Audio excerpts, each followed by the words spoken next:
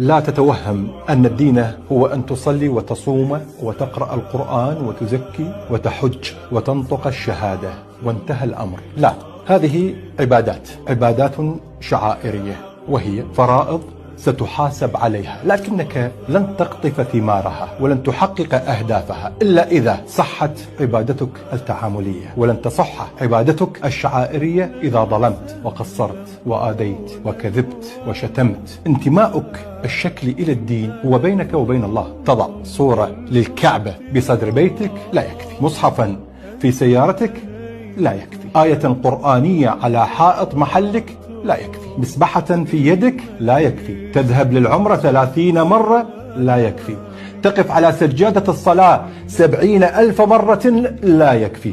الدين هو استقامتك، معاملتك، رحمتك، صدقك، عدلك، تربيتك لأولادك، برك لوالديك، حفظك للسانك عن أعراض الناس، غض بصرك، نظافتك. الدين هو حسن تعاملك مع الآخرين، الدين هو لسانك، الدين كله أخلاق. قال صلى الله عليه وسلم: إن من أحبكم إلي وأقربكم مني مجلسا يوم القيامة أحاسنكم أخلاقا.